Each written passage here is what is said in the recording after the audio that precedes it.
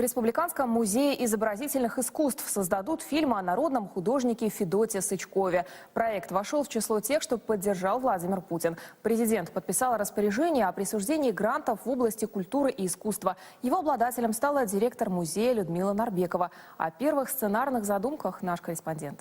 В крестьянской жизни народные праздники. Говорят, что Федоту Сычкову единственному удалось разгадать тайну русской души. Такими живыми и настоящими были его полотна, большинство из которых написаны в родном селе Кочелаеве. Теперь их бережно хранят в Республиканском музее. Конечно, эта документальная лента послужит, в общем-то, пропагандой такого большого художественного исторического наследия, которое осталось после автора, а это, в общем-то, в наших фондах хранится более 600 его живописных произведений, графических произведений, замечательные акварели, которые мы редко выставляем. Воспоминания всех, кто знал художника лично, зарисовки родных ему мест. Задумок для нового фильма много, как и материала, который предстоит изучить и доработать. С творчеством Сычкова в музее работает целое направление. Сычковцы, как они себя называют, лучше всех разбираются в особенностях его живописи.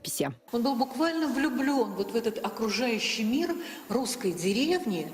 И мы знаем, что главной героиней большинства его полотен была именно русская крестьянка. Вот ее красоту, стать, молодость, как вот здесь мы видим, задор, он прославляет в своих произведениях. О Сычкове уже снимали фильм 25 лет назад. Теперь многое переосмыслили и взглянули по-новому на его имя в изобразительном искусстве. Не секрет, что без президентского гранта было бы трудно начинать такую затратную работу.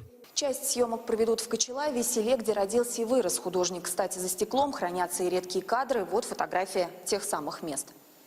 Фильм оценили в 1 000 000 рублей. По условиям гранта работа должна быть готова уже через год к 150-летию народного художника. Елена Кандрина, Евгений Бертяев, Вести, Мордовия.